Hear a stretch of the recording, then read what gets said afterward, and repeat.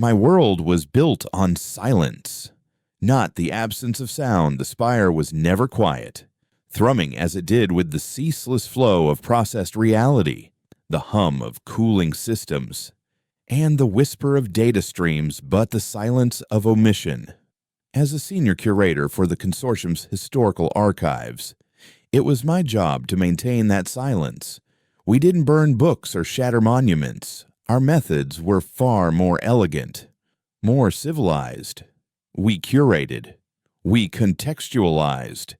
We took the messy, contradictory clamor of 1,000 civilizations and smoothed it into a single, harmonious narrative, the story of benevolent unification under the consortium's guiding light.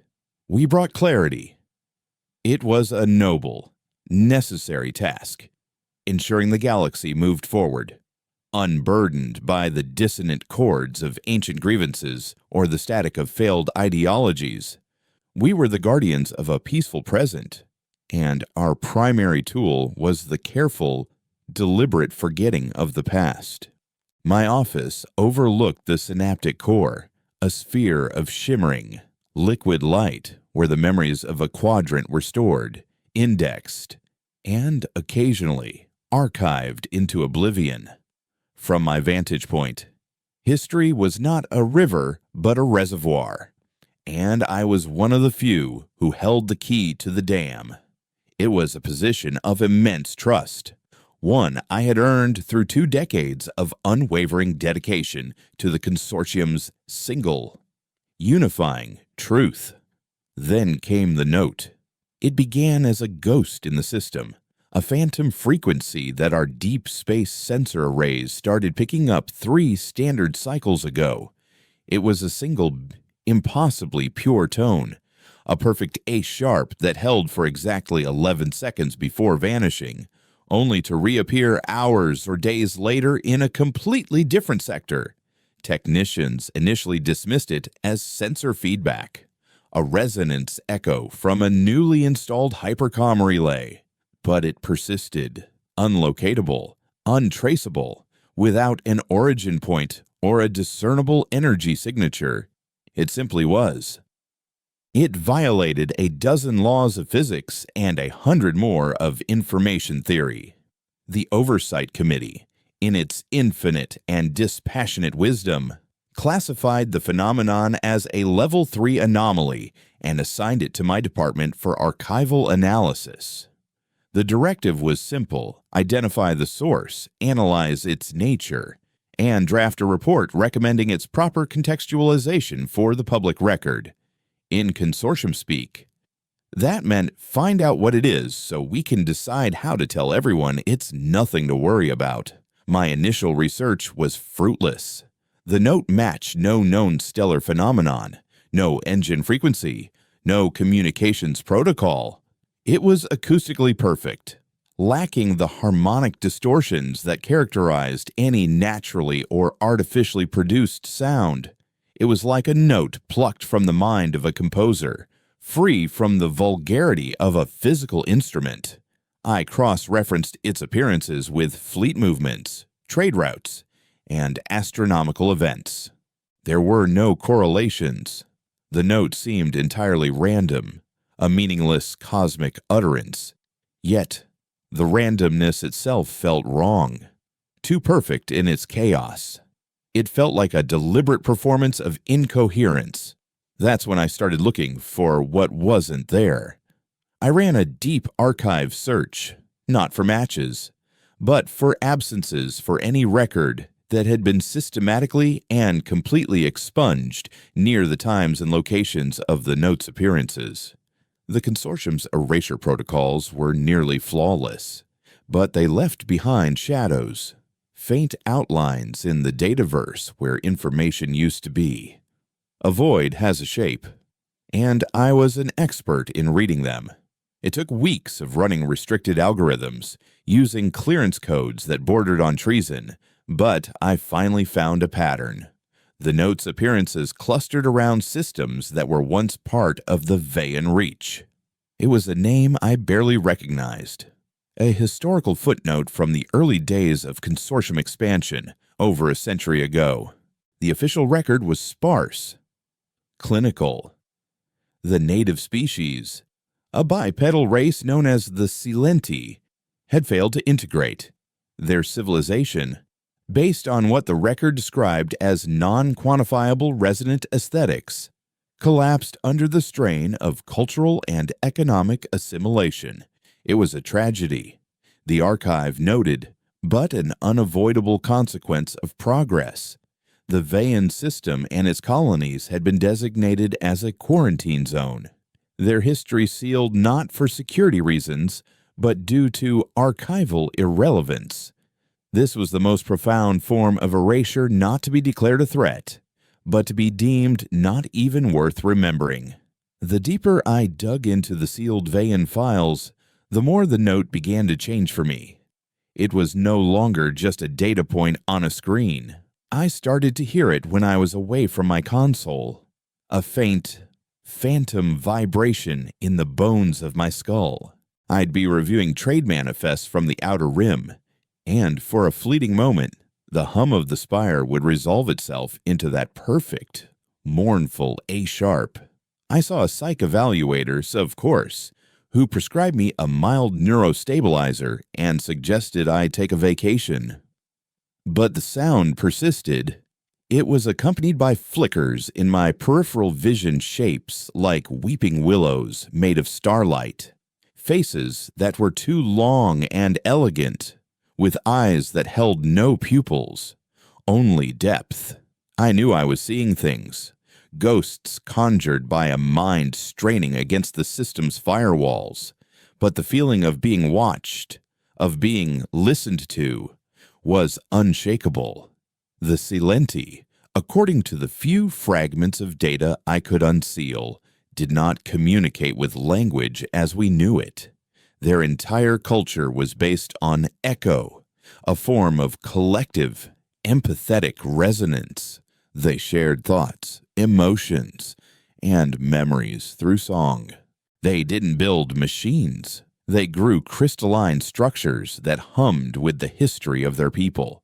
They didn't write books. They sang their stories into the very stones of their world. The Consortium, a civilization built on the quantifiable, the logical, the textual, had encountered a people whose entire existence was a song, and in its failure to translate that song into data, it had ordered them to be silent. One night, fueled by illicit stimulants and a growing dread that felt like a cold stone in my gut, I decided to do the unthinkable. Every archive has a heart of darkness, a file so deeply buried and encrypted that it is said to not exist at all. We called it the Omega Directory.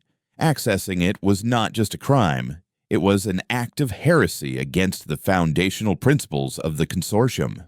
It was the place where the truth of our benevolent unification was laid to rest. Using a string of backdoor protocols I had discovered years ago and saved for a reason I couldn't then articulate, I bypassed layers of security that could have wiped my consciousness from existence with a single misstep. And there it was, a single file, designated Veyan Final Pacification Report. It was time-stamped to the exact date the Silenti civilization officially collapsed. I hesitated, my hand trembling over the activation rune on my console. This was the precipice. Once I opened this file, my life as a curator, my identity as a loyal citizen of the Consortium, would be over. The system would know. But the note was in my head now, a low, persistent hum that felt like a question demanding an answer. I pressed the rune. The file was not a video log or a text report. It was a raw sensory recording, a format that had been outlawed for its psychological risks. It was an echo. The moment it opened, my office dissolved.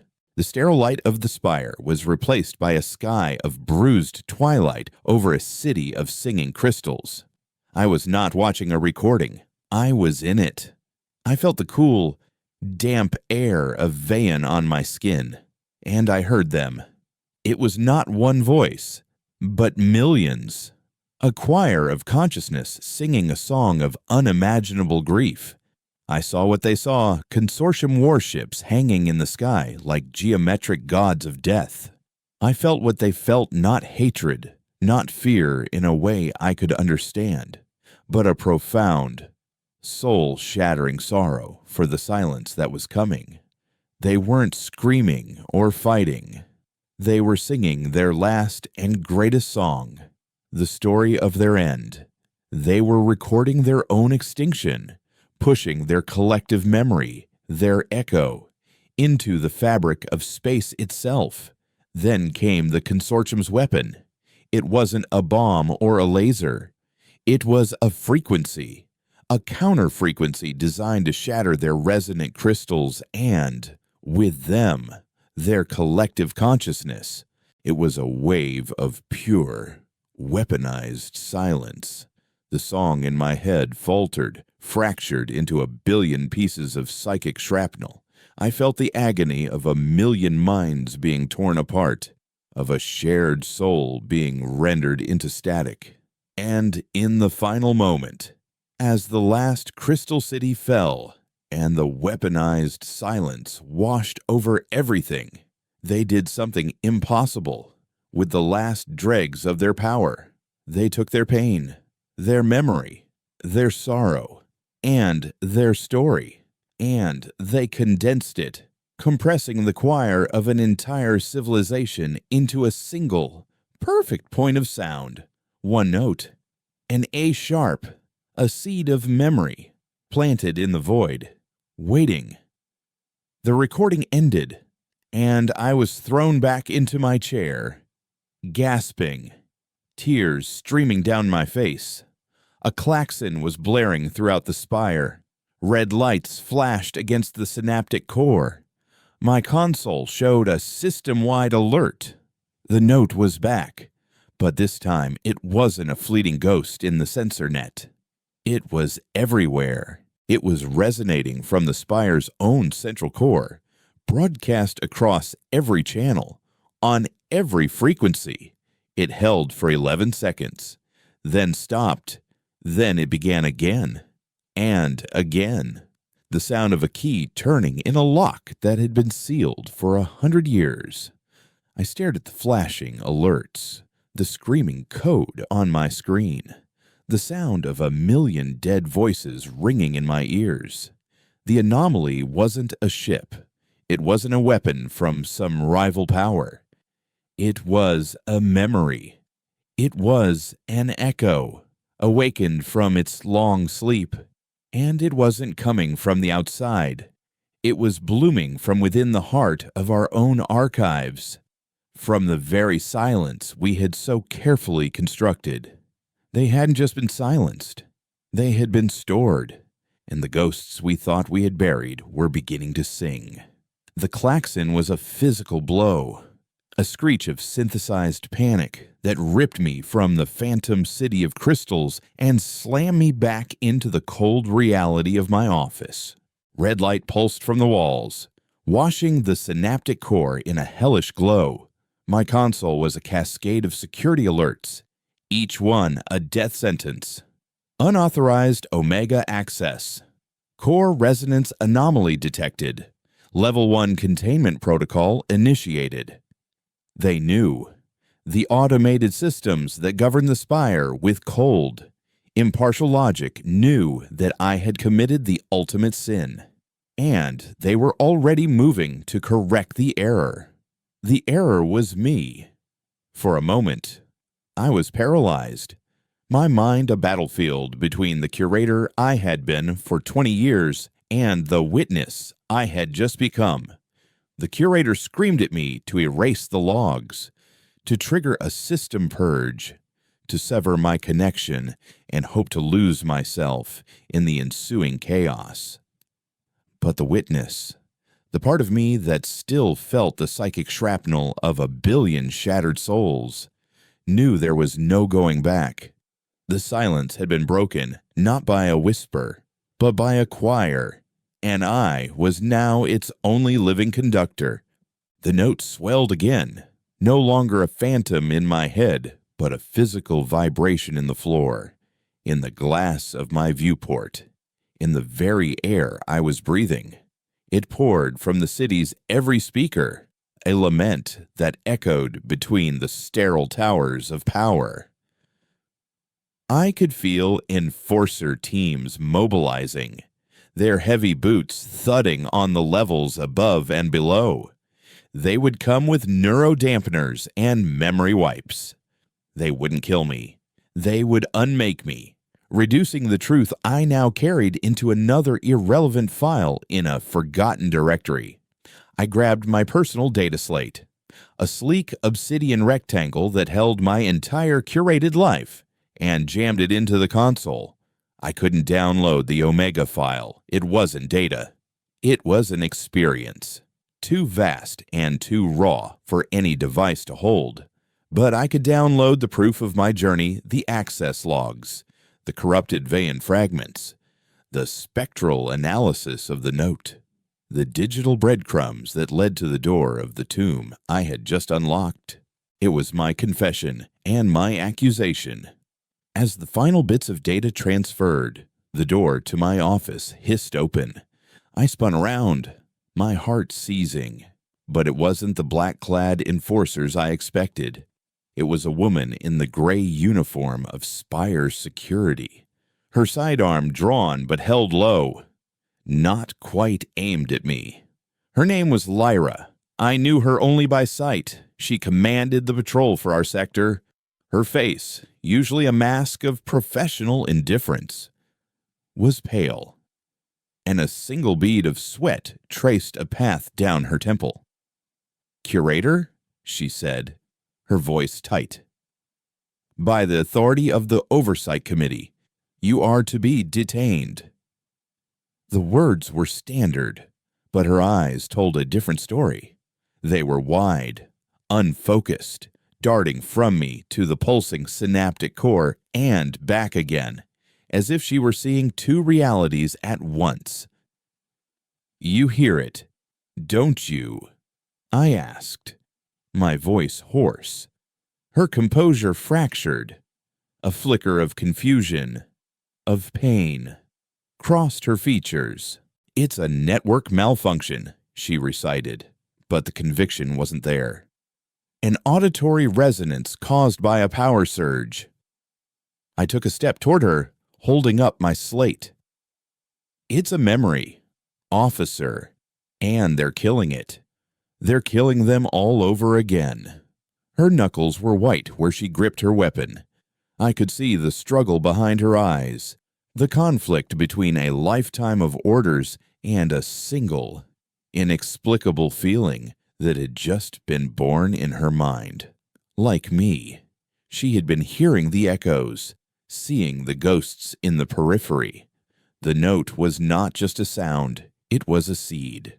And in minds that had even the smallest crack of doubt, it was beginning to sprout. The thudding of boots grew louder in the corridor. She had seconds to make a choice. With a curse that was half prayer, half fury, she holstered her weapon. "The service conduits," she snapped, grabbing my arm. "The official transport is locked down. We go down, through the guts. Now." We ran.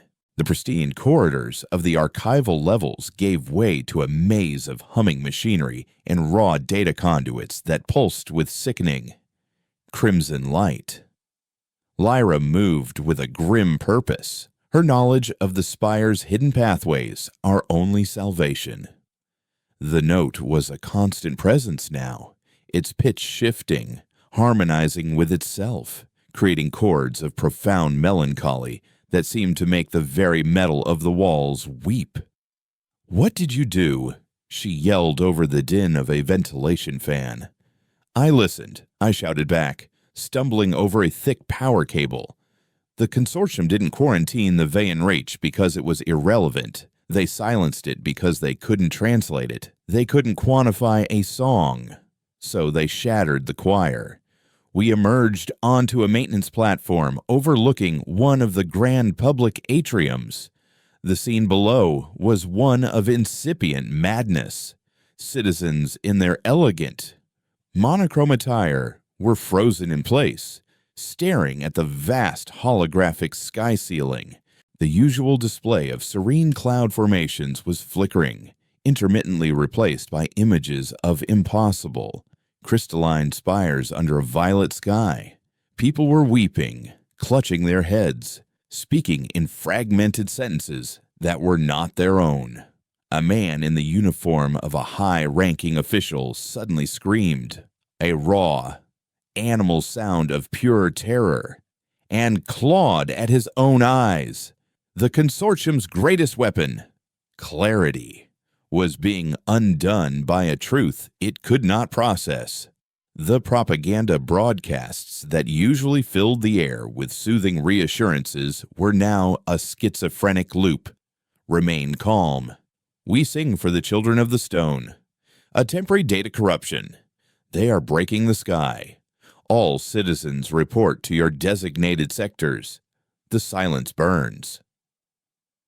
The Silenti were not just broadcasting their memory, they were hijacking the network, weaving their story into the very fabric of the consortium's reality. A voice, cold and familiar, cut through the chaos from a nearby comm panel. Elian, stop this foolishness. It was High Curator Valerius, my mentor. The man who had personally inducted me into the archives 2 decades ago. His voice was calm, paternal, but laced with the chill of absolute authority. You are not liberating a memory, my boy. You are weaponizing grief. You will shatter a billion minds who have no context for this pain. We ducked behind a cooling unit as a security drone swept its searchlight across the platform.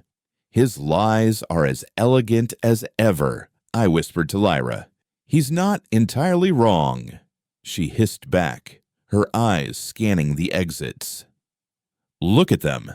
This truth is breaking them. They're breaking because they've been living in a cage of comfortable silence, I countered, my voice rising with a passion I didn't know I possessed. The pain is real. It happened. Valerius doesn't want to protect them. He wants to protect the cage. Valerius's voice returned. Closer this time. Broadcast from the drones now swarming the atrium. There is still a place for you. Elian, we can contain this. We can re-archive the anomaly. We can restore the clarity. You mean restore the silence? I screamed at the nearest drone. Tell me, Valerius, does the final pacification report still make for good reading? The drone froze mid-flight. A moment of absolute silence fell over the comms. I had spoken the name of the unnameable, the title of the Omega file. I had confirmed his worst fears. The hunt was no longer for a confused curator. It was for a heretic who held the key to damnation. The drone's searchlights all swiveled and locked onto our position. Go! Lyra yelled, firing a single, precise shot that blew out the drone's primary sensor. We plunged back into the service tunnels, descending deeper into the spire's foundations. We were heading for the sub-level transport hub, a cavernous space where automated cargo haulers and unregistered courier ships came and went like ghosts in the machine. It was our only chance. The hub was chaos. Automated cargo loaders were moving without guidance, crashing into gantries. Docking clamps were firing at random. The note was strongest here, channeled through the massive power conduits that fed the docks. And it was driving the station's simple-minded machine spirits insane. We sprinted across the hangar floor, dodging swinging cranes and runaway cargo containers. Lyra pointed to a small, ugly courier vessel, the Stray Current, its hull scarred and stained from unsanctioned runs in the outer rim. That one, its transponder is probably spoofed. It's our best shot at getting out clean. As we reached the boarding ramp, a squad of enforcers appeared on the gantry above, their black armor a stark contrast to the flashing emergency lights. They opened fire, bolts of concussive energy screaming past our heads and slamming into the ship's hull. Lyra laid down covering fire, her pistol spitting focused energy bolts that forced them to take cover. "Get the engines online now, Elian." I scrambled into the cockpit, the unfamiliar controls blinking at me. I was a curator, a man of letters and quiet contemplation, but the sensory recording of the Veyan extinction had left its mark on me, a residue of desperation and impossible knowledge. My hands flew across the console, not with my own memory, but with a strange, intuitive grace. The ship's engines whined to life with a shudder that shook the entire frame. Lyra tumbled into the cockpit behind me, sealing the hatch just as a plasma bolt melted the spot where she had been standing. "Lift us off!" she yelled, strapping herself into the co-pilot seat. I slammed the vertical thrusters to full power. The stray current lurched upward, scraping against the gantry with a shriek of tortured metal. Through the forward viewport, I saw the city, the spire, the heart of an empire built on forgetting. The note reached its crescendo, a pure, unwavering A-sharp that seemed to crack the very sky. It was a cry of birth, a declaration of existence. Then, I initiated the jump drive, inputting a random vector, a blind leap into the unknown, lawless expanse beyond the core worlds. The stars outside the viewport streaked and warped into a tunnel of incandescent blue. The spire, the consortium, and the life I had known vanished behind us. We were adrift in the silent, sterile space between worlds. The immediate danger was gone, but the sound of the note still echoed in my mind. I was no longer Elian, senior curator. That man had died in his office. I was a fugitive, a thief who had stolen a ghost, and in the cold, humming silence of hyperspace, I knew with terrifying certainty that our journey was not an escape. It was a pilgrimage, and we were carrying the song of a dead people out into a galaxy that had been forced to forget them. The seed had been planted, and now it was on the run. The violence of the hyperspace jump gave way to an unnerving stillness. The roar of escaping a gravity well was replaced by the low, tired hum of the stray current's life support. We were a mote of dust suspended in the absolute black between stars. For a long moment, neither of us spoke.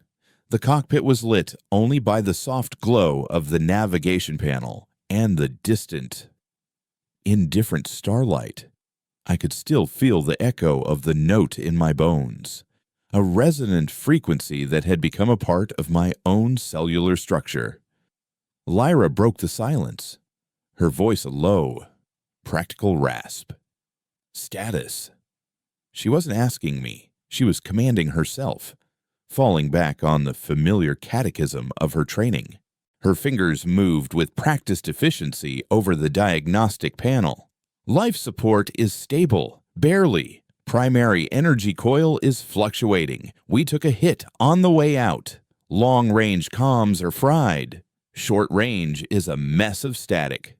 Navigation is functional." She paused, her screen casting a green glow on her grim face. "The jump was sloppy.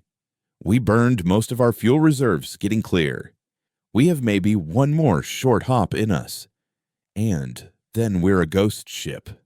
I looked away from the starfield and met her gaze. "Thank you, Lyra, for getting us out."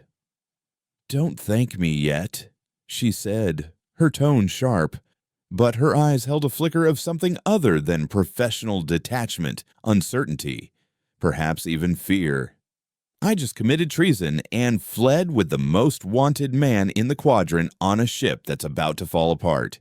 My career in security is officially over. So, what's the plan? Curator, where does your pilgrimage take us next? The question hung in the air, heavy and absolute.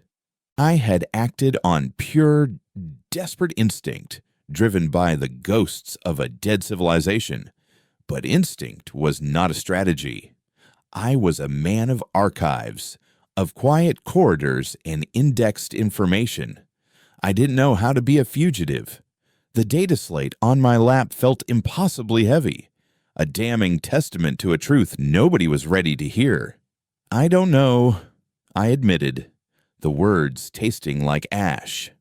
I only know that the truth of what happened in the Veyan Reach has to be preserved. It can't be re-archived. It can't be silenced again. The truth is currently tearing the capital apart, Lyra retorted, gesturing vaguely in the direction we had fled. I'm no archivist, but I know chaos when I see it. You didn't just open a file, Elian. You opened a wound. What makes you think spreading it will do anything but infect the rest of the galaxy? Because the infection is the lie, I shot back, my voice trembling with a fervor that surprised me. The silence is the disease. The consortium is a body that looks healthy on the outside, but it's rotting from the inside with the cancers of 1,000 forgotten atrocities. The Veyan Echo, it isn't a weapon. It's medicine. Bitter, painful medicine. My hands began to shake as a fresh wave of sensory data washed over me, a gift from the ghost in my machine. It wasn't the horror of their end this time. It was a memory of life. I saw a Silenti family gathered around a pulsing, crystalline heartstone in their home. They weren't speaking, but I felt their conversation a gentle, flowing current of affection, concern for a child's scraped knee, the shared memory of a beautiful sunset. They were communicating a sense of home so profound it made my sterile apartment in the spire feel like a tomb. They weren't just a choir of victims, I whispered, looking at Lyra, my eyes pleading for her to understand. They had names. They had families. They sang lullabies to their children. They composed symphonies about the color of morning light on a particular mountain. All of that is in the note, not just their death, but everything they were. Lyra stared at me for a long time, her pragmatism warring with the undeniable truth of the sound she had also heard. Finally, she sighed and turned back to the navigation console. All right, fine. You can be the prophet. I'll be the pilot. But a prophet needs a pulpit, and a pilot needs a port. She brought up a star chart of the local cluster, a web of consortium-controlled shipping lanes and heavily patrolled systems. We're too exposed here. We need to get to the outer rim. Somewhere the consortium's authority is more of a suggestion than a law. Her fingers traced a path to a system on the fringe, marked with a pirate's sigil. There, Echo's Drift. It's not a place. It's a graveyard. The wreckage of the old Terran-Veyan War, before the consortium even existed. A massive debris field around a dead star. Smugglers and info brokers use it as a neutral meeting ground. It's crawling with the worst people in the galaxy, but it has one thing we need: anonymity and parts. If we can find a working fusion coil in that scrap heap, we might live to see tomorrow. We spent the next 2 cycles limping toward Echo's Drift, running on minimal power, the ship cold and dark around us. During the quiet hours, I worked on my slate, collating the data I had stolen, trying to build a coherent narrative from the fragments, a case file against an empire. To break the oppressive silence, I scanned the short-range comms, hoping to pick up news from the core worlds. What I found was chilling. The consortium's propaganda machine was already in high gear. Valerius was masterful. He wasn't denying the note, he was co-opting it. Official broadcasts called it the Veyan Resonance Cascade, a newly discovered form of cognitive contagion, a psychic plague dormant in the Veyan system. And I, Elian Hart, was patient zero.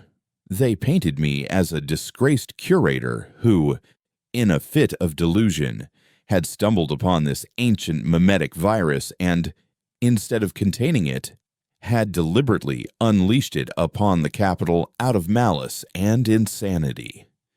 They weren't hunting a fugitive, they were hunting a bioterrorist. They showed footage of the riots, the public breakdowns, the weeping citizens not as a reaction to a horrible truth, but as symptoms of the resonance sickness. They had turned the Silenti song of memory into a disease, their grief into a pathogen. He's not just erasing them again, I said, watching a news report where a calm, reassuring medical officer explained the need for system-wide cognitive quarantines. He's turning the galaxy against them. He's making them the monsters. It's a good story, Lyra said, her eyes fixed on the viewport as we began to navigate the outer edges of the debris field. It's simple. It gives people a villain to blame, and it justifies whatever he's going to do next to cure it, which, I'm guessing, involves a lot of enforcers and memory wipes. Echo's Drift was a sight to behold. It was a chaotic city built from the corpses of ancient warships and freighters, all lashed together in a sprawling, metallic nest that orbited the dim, angry light of a brown dwarf. Makeshift docking bays were carved into shattered hulls, and the station glittered with the lights of cantinas, workshops, and black market stalls. Its existence was an insult to the consortium's pristine order, a testament to the galaxy's untamable messiness. Lyra docked the stray current in a darkened, unregistered berth with a skill that told me this wasn't her first visit to a place like this. "Stay here. Keep the engines on standby," she ordered, pulling the hood of a dark cloak over her head. "I'll find a broker who deals in ship parts and discretion. Don't talk to anyone. Don't even breathe too loud. People here can smell desperation, and they eat it for breakfast." I watched her disappear into the throng of aliens, augmented humans, and rusted droids that populated the station's main concourse.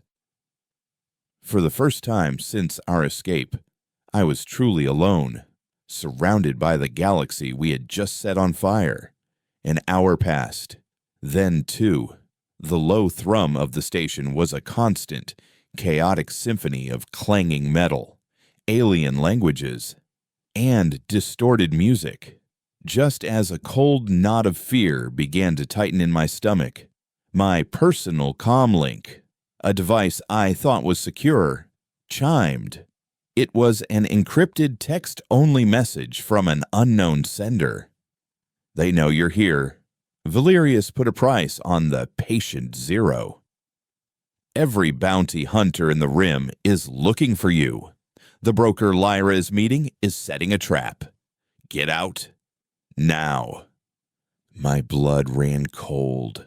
Before I could even process the warning, a second message arrived. It was just a single, perfect character from an ancient Veyan script, the symbol for listen. Then, I heard it, faintly. Beneath the cacophony of the station was a new sound, a single, pure note. It wasn't the A sharp of sorrow. It was a C major, a note of warning, of guidance. The Silenti weren't just a memory. They were watching. They were with me. I burst out of the ship, my slate clutched in my hand, and plunged into the crowded concourse, frantically searching for Lyra. The station was a disorienting labyrinth of rusted catwalks and makeshift corridors. I pushed past hulking mercenaries and scuttling droids, my heart pounding a frantic rhythm against my ribs. I found her in a grimy cantina called the Static Charge, sitting at a table with a wiry man whose face was a patchwork of scars and cheap cybernetics. He was smiling, a predator's grin, as two hulking figures in scavenged armor moved to block the cantina's only exit. Lyra saw me, and her eyes widened, first in anger at my disobedience, then in understanding as she saw the sheer terror on my face. The broker, Kyle, looked from her to me, his smile widening. "It seems your friend is eager to join our little transaction," he purred, his voice a synthesized rasp. "The price just went up. The consortium pays handsomely for its lost property." He nodded to the guards. Lyra was already moving, kicking the table over and drawing her sidearm in a single, fluid motion. But we were trapped. The cantina patrons were either scrambling for cover or drawing their own weapons, eager to claim a piece of the bounty. We were surrounded, outgunned, at the ragged edge of the galaxy with no allies and no escape. Just as the first bounty hunter raised his blaster, the lights in the cantina flickered and died. The chaotic noise of the station was instantly swallowed by a profound, absolute silence. And then, a new sound bloomed in the darkness. Not one note, but a chord, a harmony of such impossible beauty and sadness that it stopped every heart in the room. It wasn't just a sound, it was a feeling. It was the taste of a lover's tears, the memory of a childhood home, the pain of a final goodbye. It was the echo, but it wasn't coming from me. It was coming from everywhere, resonating from the very metal of the station, a song sung by a graveyard of dead ships.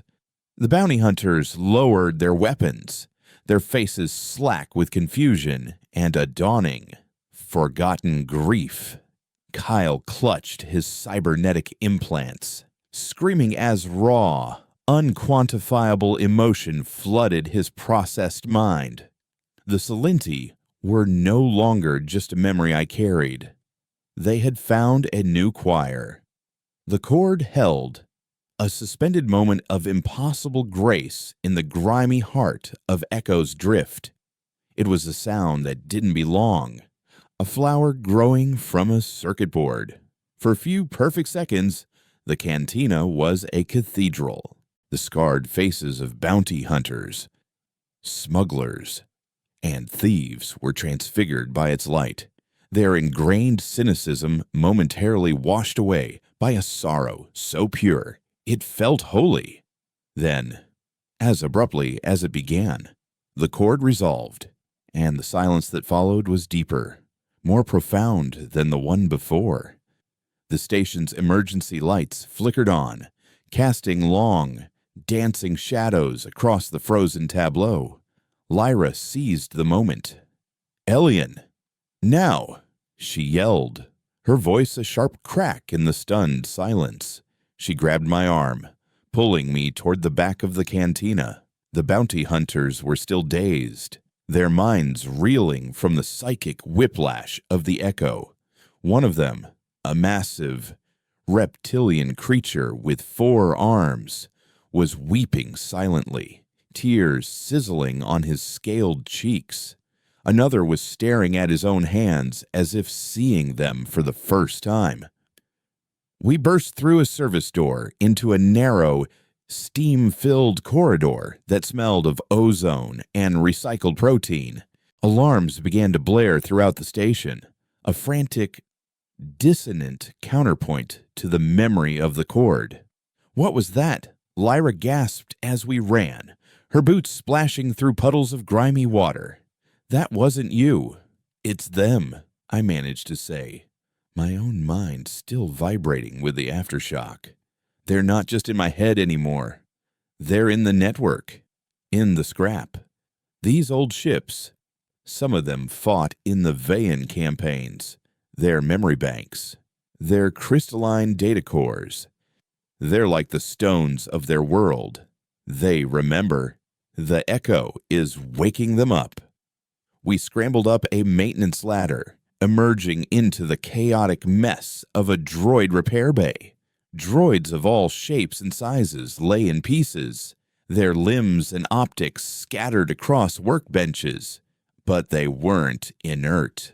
Their photoreceptors were glowing with a soft, violet light, the same color as the Vayan sky I had seen in the Omega file. A small, three-legged maintenance droid swiveled its head to look at us, and a single, pure note, a perfect F-flat, emanated from its vocalizer. It was a note of acknowledgement, of kinship. The station's machine spirits. Lyra breathed, her tactical mind struggling to categorize the phenomenon. The echo is resonating with them. It's more than that, I said, a dawning realization spreading through me. The Silente didn't build with metal and wire. They grew their technology. Their consciousness was embedded in everything they made. The consortium thought they had destroyed it all, but they only scattered the seeds.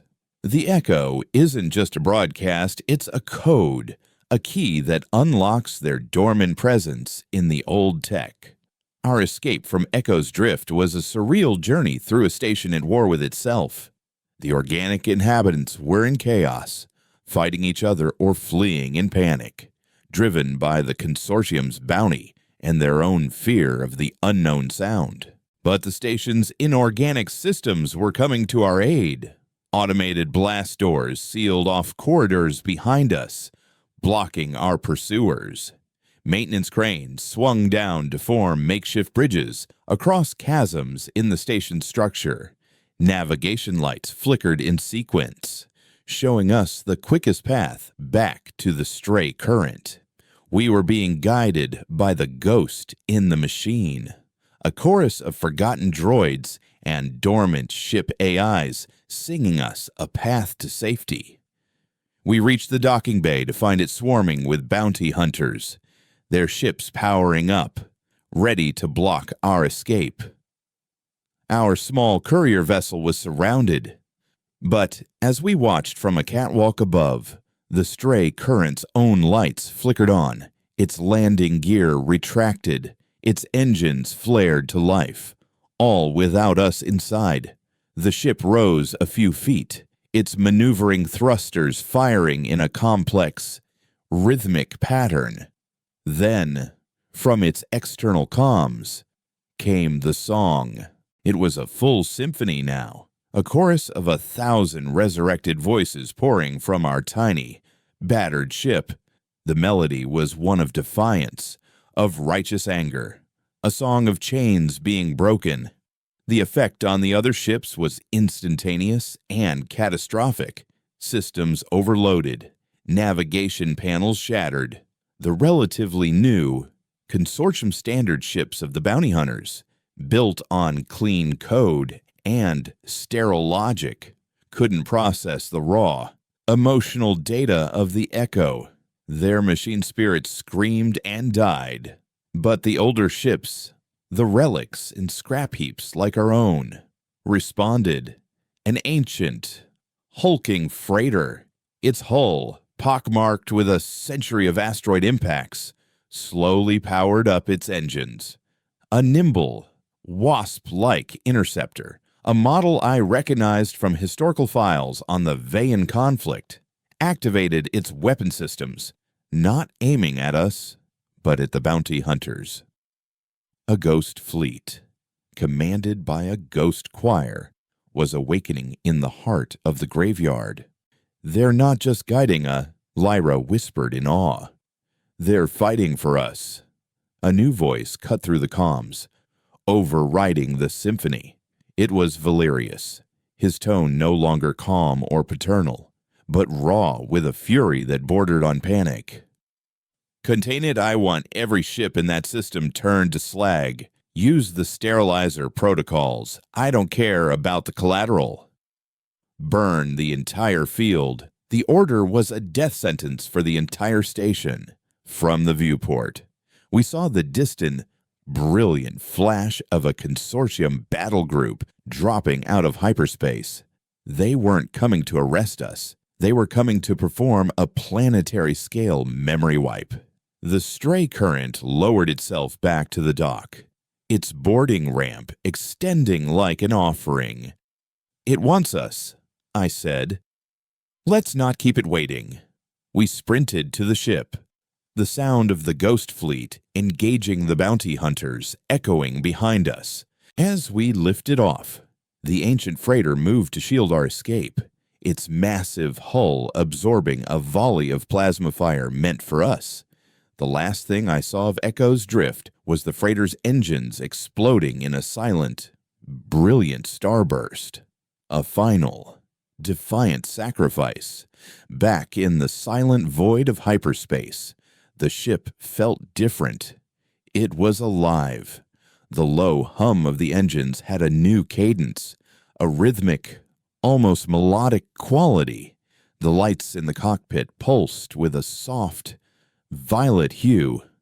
I placed my hand on the console, and I could feel it, a faint, thrumming vibration, a sense of a vast, collective consciousness now dwelling within the ship's systems.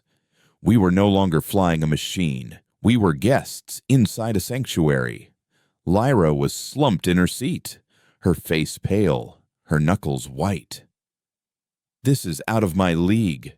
Elian," she said, her voice barely a whisper. "Tactics, security, combat, that I understand.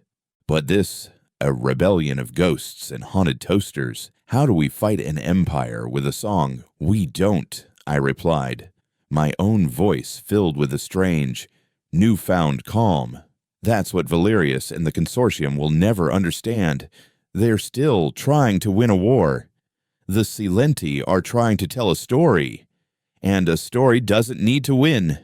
It just needs to be heard." I pulled up the data I had downloaded from the Spire, my accusation against the consortium. But now, it felt incomplete.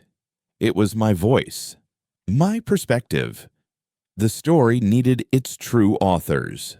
I connected my slate to the ship's main computer, not to the navigation or the engine controls, but to the deep, resonant consciousness that now inhabited it. I want them to see, I thought, pushing the feeling into the console. I want them to hear it all. The ship responded. A new file began to write itself on my slate, data flowing not from me, but from the ghost fleet, from the station, from the ship itself. It was the other side of the story. Tactical logs from old warship captains describing their unease at the pacification orders. Cargo manifests detailing the shipment of the silence weapon. Personal audio logs from soldiers who witnessed the final moments and were later reconditioned. The ghosts were providing their evidence, adding their voices to the testimony. "We have the proof," I said to Lyra, showing her the slate, which was now filled with files bearing the insignia of long decommissioned naval squadrons. "We have the crime, the weapon, and the witnesses. We can't defeat the consortium's fleets, but we can destroy the one thing that holds their empire together, their lie." Lyra looked at the screen, then at me. A spark of her old fire returned to her eyes. "A story needs an audience," she said. "The core worlds are a lost cause. Valerius has them convinced you're a plague carrier.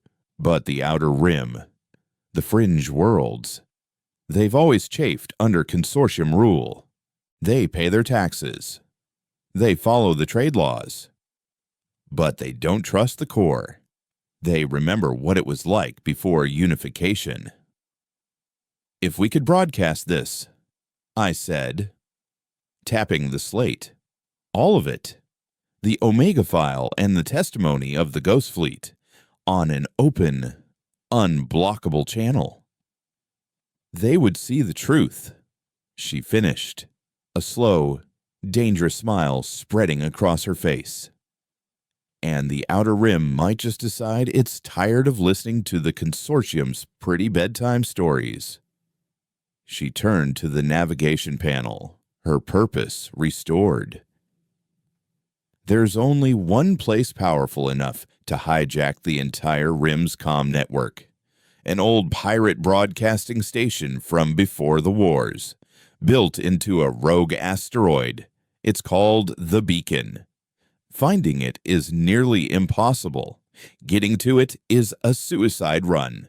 But if we can, I began. If we can, she interrupted, her hands flying across the console. We give the ghosts the biggest choir in the galaxy. The ship hummed in agreement, and a new note joined the symphony in my mind. It was a note of hope. The journey to the beacon was a voyage through ghosts. The stray current, now less a ship and more a reliquary, moved with a silent, unerring grace through the treacherous currents of the Outer Rim. The violet light in the cockpit was a constant, soothing presence, and the low hum of the engines had resolved into a soft, complex harmony. I no longer needed to access the Omega file to feel the Silenti. They were woven into the fabric of my consciousness.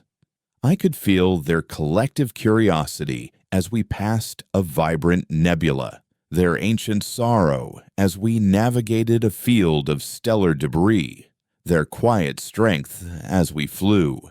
I was their eyes, their senses, and in return, they were my compass. Lyra, in her own way, had also adapted. She treated the ship with a new kind of reverence, no longer just a pilot commanding a machine, but a partner in a strange and sacred dance. She spoke to it sometimes, in low, clipped sentences, asking for a little more power from the engines or a clearer reading from the sensors, and the ship always seemed to respond. We were a crew of 3, a pilot, a witness, and a memory. The beacon was not a place you could find on any star chart. It was a legend, a whispered rumor. But the Silenti remembered. Guided by the ship's burgeoning consciousness, we made a series of precise, seemingly random hyperspace jumps, landing in empty sectors of space that held nothing but the cold, distant light of other galaxies. On the 7th jump, we arrived. It wasn't a station, it was a scar. A rogue asteroid, miles long, carved and hollowed out over millennia. Its surface bristled with a forest of ancient communication arrays, dishes the size of city blocks, and slender spires that hummed with a power that made my teeth ache. This was a place built to shout into the void, a cathedral of forgotten voices. As we approached, a single, powerful beam of light shot from the central spire and enveloped our ship, guiding us into a vast, silent hangar carved into the asteroid's heart. The air inside was thin, cold, and ancient. This place had been waiting. The center of the beacon was a spherical chamber.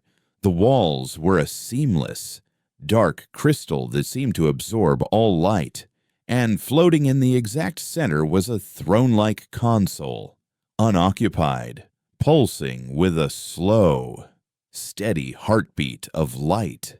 This was the source of the station's power, the amplifier from which a single voice could be made to shake the stars. As I approached the console, a vast holographic screen flickered to life on the far wall, showing the starfield outside.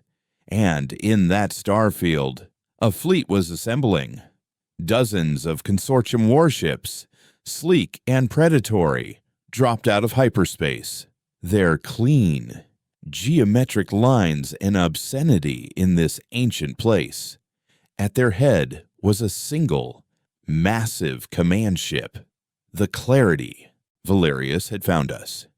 His voice, stripped of all warmth and now nothing but cold, distilled fury, filled the chamber. You have nowhere left to run. Elian, you have brought your sickness to a sacred place of silence. I will grant you the same cure you have forced upon others. A final, absolute quiet. He doesn't know what this place is, Lyra said, drawing her weapon and taking up a defensive position near the hangar entrance. He just sees an old pirate radio he needs to shut down. He's about to find out, I said, my hand hovering over the crystalline console. The moment my fingers touched its surface, the universe fell away. I was no longer Elian Hart. I was a conduit. The consciousness of the stray current, the memories of the ghost fleet, the original, agonizing echo of the Vean extinction, and my own terrified, determined mind all flowed into the beacon. The chamber became the heart of a vast, awakening being.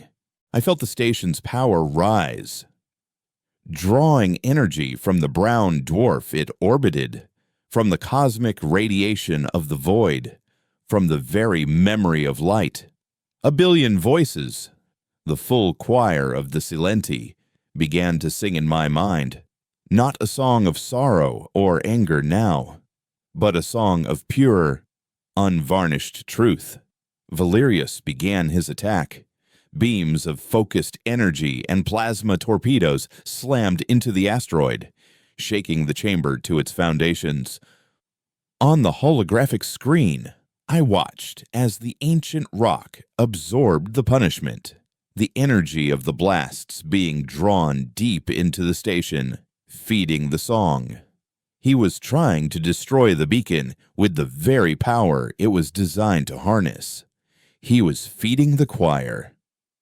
Lyra, I managed to say, my voice sounding distant, like it was coming from another room. He can't break it from the outside. He's going to try to get in. Even as I spoke, I saw pods launching from the clarity, enforcer boarding teams descending on the beacon. Lyra didn't flinch. Let them come, she said, her knuckles white around the grip of her pistol. I'll give you the time you need. Then, I let go. I stopped fighting to maintain my own identity and allowed myself to be completely submerged in the river of memory. I became the broadcast. I was no longer telling the story. I was the story. I pushed it all out through the great antennas, the bruised twilight of the Vean sky, the sound of a million voices singing their own eulogy, the cold laughter of consortium officers, the Cyril report titled Final Pacification, the desperate courage of the Ghost Fleet, the terror and resolve of my own flight. I wrapped it all in the Silenti's song, a melody so complex and emotionally dense that no filter could block it, no censor could scrub it. It was a wave of pure, empathic truth, and it washed over the outer rim. On the bridge of the clarity, Valerius watched his tactical displays turn to chaos. He saw the energy shields of the beacon growing stronger with every salvo he fired. He heard the reports of his enforcer teams going silent as the song washed through the station's corridors, not killing them, but paralyzing them with a truth their minds refused to accept. His perfect, orderly universe was unraveling. And then the song found him. Through my connection to the beacon, I saw through his eyes. He stood on his pristine bridge, but he saw a city of falling crystals. He was surrounded by his loyal officers, but he felt the agony of a million minds being torn apart. He clutched his head, a scream tearing from his throat, the sound of a man whose entire reality had been built on a lie. And the lie had just evaporated.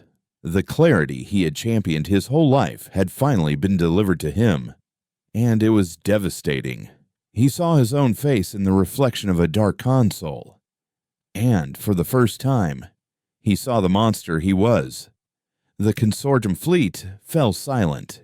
The ships didn't explode or surrender. They simply stopped. On their bridges, captains and crew members were frozen, lost in a history they had never known but now felt as their own. The lie was a load-bearing wall, and it had been removed. The entire structure of the Empire was collapsing under the weight of its own history. The song softened, its purpose achieved. The final note was not one of triumph, but of release. A long, gentle sigh that echoed through the stars. My consciousness slowly returned to my own body, leaving me slumped over the console, gasping, weeping, utterly spent. Lyra was at my side, her hand on my shoulder. The chamber was quiet. The war was over.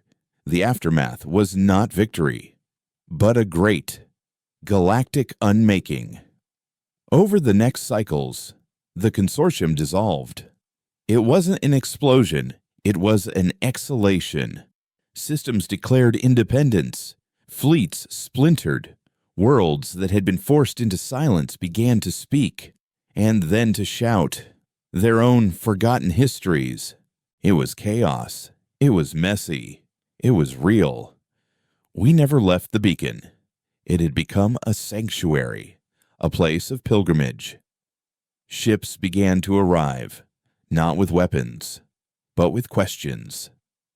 People from all over the rim came to listen, to sit in the silent chambers and feel the faint, lingering echo of the song, to confront the histories their governments had denied.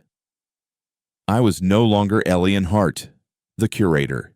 My identity had been burned away in the heart of the broadcast. I was the witness of the beacon, its keeper. I no longer spoke much, for my purpose was to listen, to feel the stories of the thousands who came, adding them to the great, ever-growing archive of memory. Lyra became the station's guardian. She organized the visitors, patrolled the silent corridors, and stood as a bulwark against those who would try to impose a new silence on the galaxy.